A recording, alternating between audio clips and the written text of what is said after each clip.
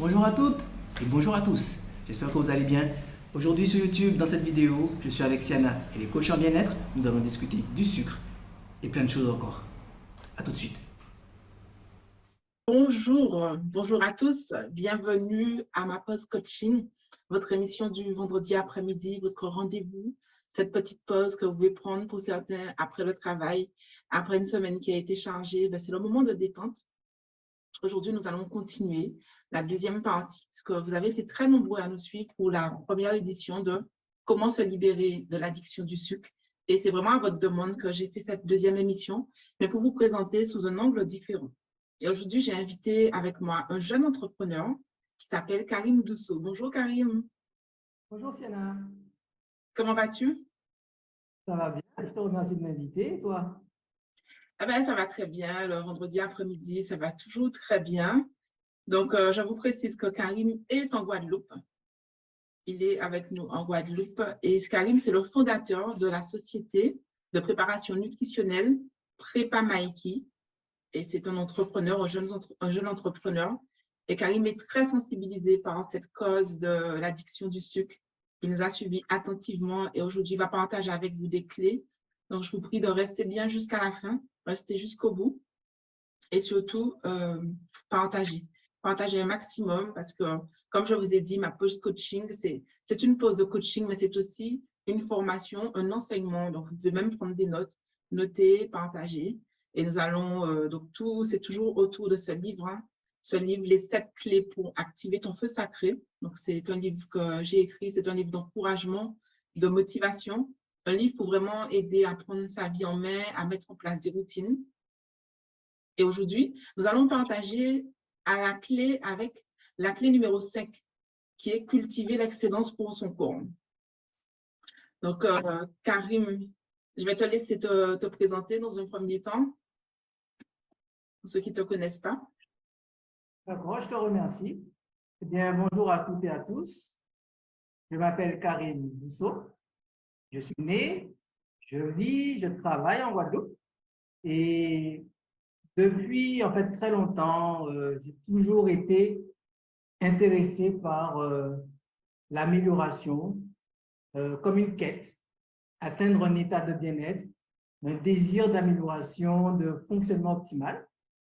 Et donc, au fil des ans, à travers ce que j'entendais, différents domaines, et j'ai testé différents sports, j'ai eu certaines lectures, j'ai essayé la méditation, que je pratique toujours, et puis jusqu'à en arriver à l'alimentation.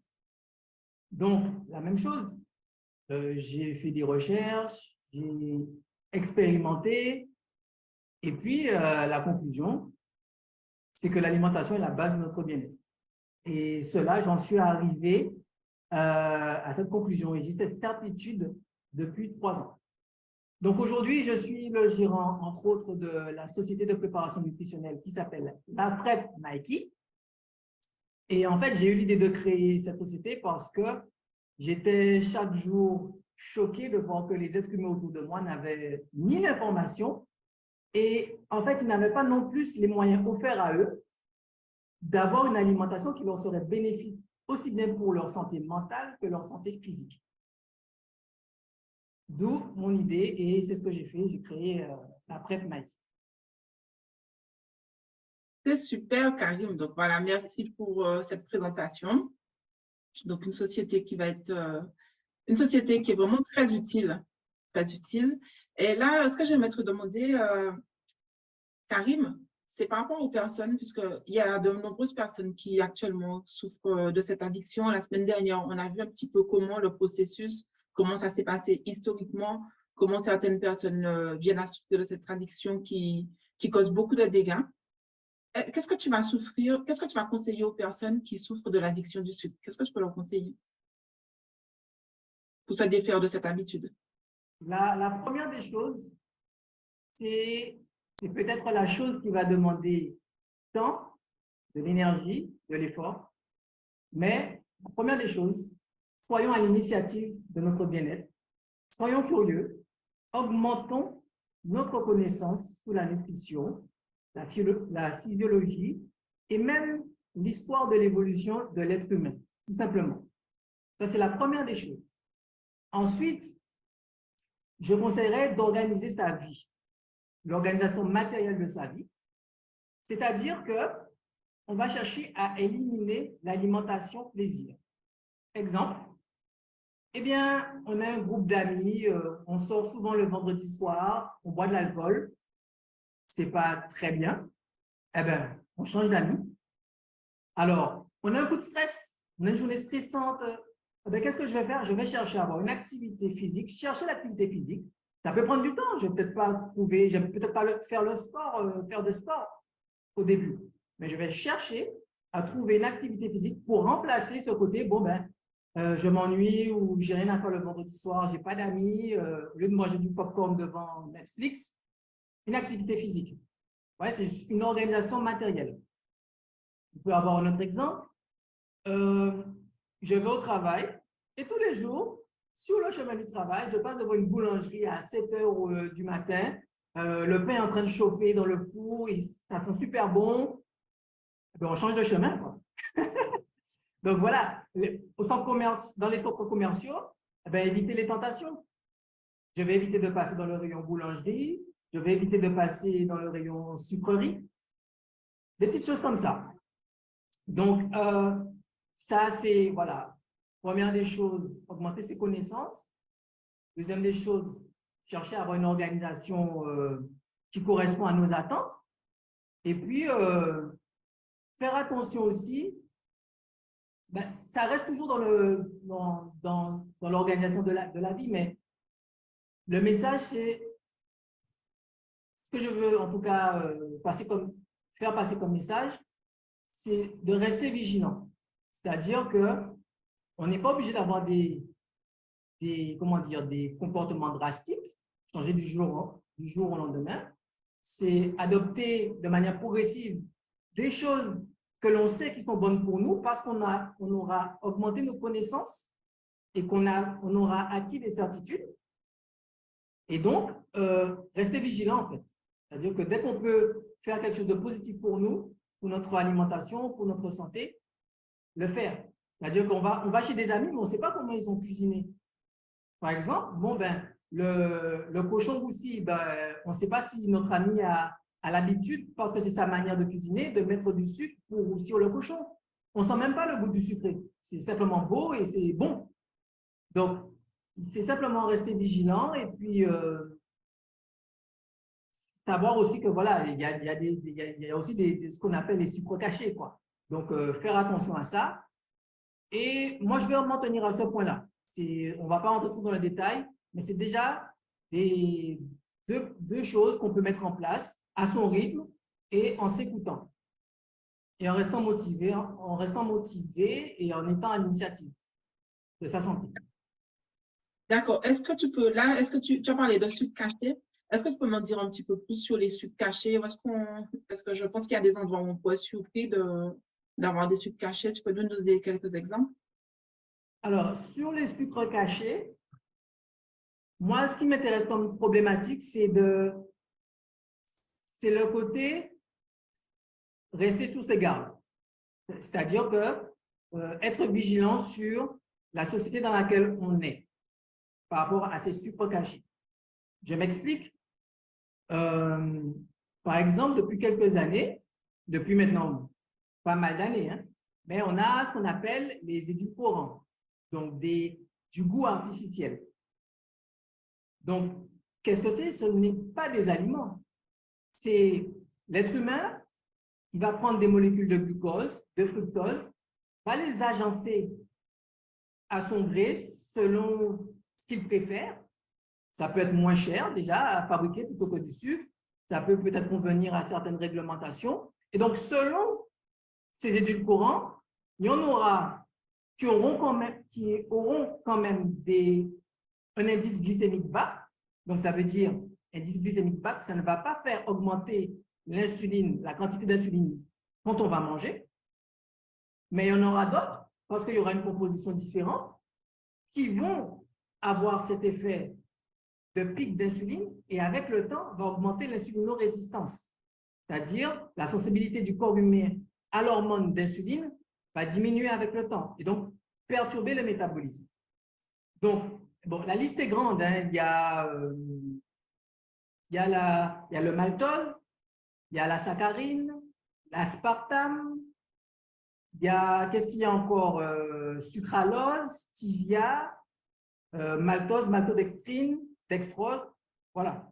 Et en fait, ça peut être aussi bien pour des raisons économiques que législatives, enfin, ou simplement marketing. Parce qu'on va vous dire, on va vous projeter souvent dans les médias, partout à la télé, Coca zéro, zéro calorie, Coca light, si on est en anglais, Coca diet. Mais en fait, il faut bien savoir que zéro calorie, ça veut dire que le corps ne va utiliser aucune énergie, ne va avoir rien à faire pour que cette molécule-là arrive dans le circuit sanguin. C'est ça que ça veut dire. Donc, premièrement, il n'y a aucun nutriment, zéro calorie, et qu'en fait, ça va directement passer dans le circuit sanguin. Il n'y a pas besoin de digestion ni quoi que ce soit. Donc, selon la composition, selon la nature de l'édulcorant, ça va faire augmenter l'insuline. Donc, pourquoi je dis ça? Parce que, vous voyez, je parlais de glycémique bas ou insulinorésistance, mais il y a deux choses. Ça va aussi perturber, en fait, l'insuline perturbe aussi l'hormone qui s'appelle leptine, qui est l'hormone de la satiété. Ce sont des hormones pas opposées, mais qui sont en balance, en fait. Donc, quand on a une perturbation du métabolisme, quand on a une perturbation des signaux de satiété, pour moi, c'est simplement, je n'ai pas besoin qu'on essaie de me convaincre par des études ou d'autres choses. Ça me met la puce à l'oreille et je n'ai pas envie d'ingérer ce genre de molécules fabriquées totalement par l'homme. Ça veut dire que ça n'existe pas dans la nature. Donc, ça veut dire qu'on a évolué sans cette molécule-là, donc on n'en a pas du tout besoin. Donc, moi, par exemple, je vais chercher à ne pas consommer de produits avec des édulcorants. Alors, ce que je vous dis, c'est juste rester vigilant sur, tiens, on a créé un produit, super Coca Zéro marketing, il y a des conséquences derrière. Donc, ça, c'est le côté sucre caché, le côté artificiel. Je vais parler effectivement je sais pas, les boîtes de conserve. Alors, moi, je vais vous raconter mon expérience. À un moment donné, j'ai cherché à diminuer drastiquement ma consommation de glucides, donc avoir une alimentation sans glucides. Donc, je fais mes courses et donc là, du coup, je suis obligé de regarder les étiquettes des produits que j'achète, que ce soit les paquets, que ce soit les conserves. Ben, en fait, je ne faisais pas ça avant, mais je découvre que j'achète une boîte de thon, il y a du sucre. J'achète une boîte de corned beef, il y a du sucre. Donc, en fait, c'est ce que pour moi, j'appelle sucre caché également parce que c'est tellement… On ne va pas chercher à regarder est-ce qu'il y a du sucre dans du thon ou dans tout à fait. de la viande. Tout à fait. C'est là la difficulté, c'est parce que pour moi, le danger, c'est la consommation régulière plutôt que la quantité. D'accord. On mange un gâteau, on se boit le gâteau à son anniversaire une fois par an ou à un mariage, le corps va pouvoir digérer ça. On va être malade pendant 3 jours, mais le corps va faire des puissants. Mais en fait, la consommation régulière, et elle est régulière. Pourquoi? Parce que même les jours où on n'a pas l'impression de manger du sucre, on consomme du sucre. Voilà. Donc, cette consommation régulière, c'est elle qui est dangereuse. Parce qu'on ne se rend pas compte de ça. Donc, être vigilant. Donc, toute personne doit être vigilante sur ses courses et regarder. Il faut lire les étiquettes, en fait. Il faut lire les étiquettes. Et très important. Et donc, est-ce que tu penses qu'une personne pourrait vivre sans sucre? Est-ce que c'est possible? Alors, moi, je vais te poser la question. Comment on faisait il y a 300 000 ans? Parce qu'on est toujours la même espèce. Hein? Comment les Inuits qui vivent en Antarctique font? Parce que c'est la calotte glaciaire, le pôle Nord, il n'y a pas d'arbres, il n'y a pas de fruits. Comment ils font? Comment faisaient les Indiens d'Amérique? Il y avait des fruits saisonniers, certes, mais avant leur extermination, ils avaient un régime qui se nourrissait que de bisons. Comment font les guerriers Maasai actuellement là? Donc, en fait, il y a ce côté-là, il faut, je disais, savoir un petit peu l'histoire de notre évolution humaine. Et il y a le côté aussi, alors bien sûr, il y a des organes le côté biologique. Il y a des organes qui vont toujours fonctionner avec du glucose, notamment le cerveau. Mhm. Et ça, c'est l'argument, en fait, de l'industrie agroalimentaire et de l'industrie pharmaceutique. Parce qu'avec cette phrase-là, on a dit, bah, le corps, il a besoin de glucose, donc on a besoin de manger du sucre. Non. Pourquoi? Parce qu'il ne faut pas confondre glucose et sucre. Le sucre, c'est un aliment. Le glucose, c'est une molécule. Deuxièmement, le corps est capable de créer, de produire tout le glucose dont il a besoin à partir des acides aminés, des protéines et des lipides. C'est pour ça on dit acide aminé essentiel, alors qu'il n'y a pas de hydrate de carbone ou glucides essentiels. Donc, on peut totalement vivre sans sucre. Alors, bien évidemment, dès qu'on a quitté le lait maternel, on est aux glucides féculents, riz, pâtes, pain, le cerveau il est habitué. Hein? Il y a tout un processus. C'est pour ça que c'est un mode de vie à choisir. Et il faut se documenter, faire des recherches pour savoir comment faire la transition. Après, l'intérêt n'est pas de vivre sans sucre, l'intérêt est vraiment de contrôler, de limiter sa quantité de sucre. Retrouver un métabolisme sain, voilà l'intérêt. Voilà, être ça, puisque de toute manière, il n'y a pas vraiment d'intérêt, parce que lorsqu'on fait du sport, on a aussi besoin de cette énergie aussi. Alors, Karim, dernière question, parce qu'on va parler de quelque chose qui est malheureusement une maladie qui est très répandue et qui n'est pas forcément uniquement liée au sucre, mais c'est une conséquence aussi de manger beaucoup de sucre. Alors, le diabète, est-ce que si les personnes qui sont atteintes du diabète, est-ce que si elles arrêtent de manger du sucre, est-ce qu'on peut dire que cette pathologie va disparaître? Alors, premièrement, on va distinguer le diabète de type 1 et le diabète de type 2. Le type 1, c'est dû à une maladie auto-immune qui fait que le pancréas ne peut pas produire l'insuline. Donc, quelqu'un qui est atteint de diabète de type 1, comme il ne produit pas du tout d'insuline, donc les cellules n'absorbent pas le glucose dans les circuits sanguins, donc il y a un taux trop élevé de glucose dans le sang.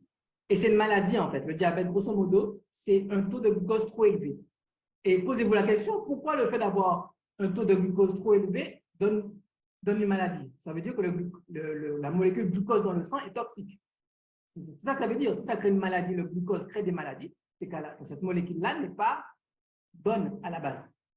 Alors, et le diabète de type 2, on aboutit à un taux de glucose trop élevé dans le sang par le phénomène inverse. Ça veut dire que par nos habitudes alimentaires, ou peut-être, je vais pas m'avancer, mais en tout cas, on produit régulièrement un niveau, quand on mange d'insuline, un niveau élevé d'insuline. Donc, du coup, avec le temps, les cellules deviennent de moins en moins sensibles à cette hormone insuline parce qu'il y en a en permanence tout le temps super élevé. Donc, elles vont de moins en moins ingurgiter le glucose qui est dans le sang et faire leur travail de maintenir le taux de glucose dans le sang très bas, c'est-à-dire l'équivalent par jour d'une cuillère à café de sucre. Et dans un coca, il y a 5 cuillères à café de sucre dans une canette de 33 centilitres. Donc, là, le taux élevé d'insuline provoque une insulinorésistance qui aboutit donc à un taux de glucose élevé. Mais en fait, alors je vais faire court, on a ce diabète de type 2, il y a les recherches, il y a eu des thérapies, il y a eu des traitements, il y a eu des essais thérapeutiques, ils ont ce qu'ils appellent des traitements métaboliques. Donc, le métabolique, c'est l'alimentation, la nutrition en fait.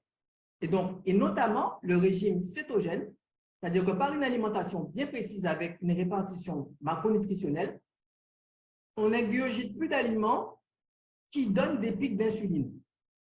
Donc, du coup, on n'ingurgite pas d'aliments qui fait produire transformé en glucose qui va, par une réaction, augmenter le taux d'insuline. Donc, le corps, en fait, il se régule lui-même. Il va produire le glucose dont il a besoin et il n'y aura pas de pic d'insuline. Donc, avec le temps, les cellules, il n'y aura plus de réponse d'information, de stimulation des cellules par l'insuline. Et au bout d'un moment, elles vont réapprendre à être sensibles. On va augmenter ce qu'ils appellent l'insulino-sensitivity en anglais, donc l'effet inverse. Donc, par un simple… Et donc, bien évidemment, le sucre, ça fait partie des aliments qu'on enlève pour ne pas que ça devienne du glucose. Mais il n'y a pas que le sucre. Donc, en fait, c'est tous les hydrates de carbone, pratiquement, ou très bas. Et donc, on peut guérir, c'est dans la littérature, vous pouvez rechercher, on guérit du diabète de type 2 avec cette alimentation-là. Donc après, si tu recommences à avoir une alimentation préconisée par les publicités, les centres commerciaux, ton diabète, il revient. Mais c'est un mode de vie. Voilà, il faut comprendre. C'est-à-dire qu'il y a un médecin qui dit, c'est Hippocrate, hein, je crois, soit Hippocrate qui a dit que ton aliment soit ton médicament. C'est-à-dire que par notre alimentation, on peut se soigner. Donc, c'est vraiment un travail de profondeur à faire et il faut être aussi suivi. Il faut être suivi. Alors, Karim, où est-ce qu'on pourra te suivre? Alors, j'ai une page Facebook à mon nom, Karim Bousso. Oui. Il y a le compte Instagram de la société, tout collé, la PrEP Maïki, M-A-Y. Donc, L-A-P-R-E-P-M-A-Y-K-I. J'ai une chaîne YouTube. Donc, le but, c'est d'informer. Cette société-là, c'est fournir des plats avec l'information totale nutritionnelle, donc le nombre de calories et la répartition macronutritionnelle, protéines, lipides, glucides, et donner l'information en même temps aux consommateurs. Donc, sur la chaîne YouTube, parler des sujets de nutrition, les sujets sur lesquels la nutrition peut guérir, comme le diabète, comme comment on peut atteindre les objectifs de perte de poids ou de masse musculaire. Voilà l'objectif de la PrEP Maïki. Ouais, c'est super, franchement. Donc, en même temps, ce n'est pas juste vendre des plats, mais c'est vendre des plats avec la connaissance, l'explication pour que la personne, elle aussi, en conscience, quand elle va faire ses courses, qu'elle regarde les étiquettes, qu'elle soigne, et beaucoup de prévention. C'est surtout beaucoup de prévention parce que nous sommes sujettes à tout ça, nous sommes vraiment sujettes à toutes ces maladies qu'on entend beaucoup, que ce soit diabète, hypertension, mais l'alimentation doit vraiment être en conséquence.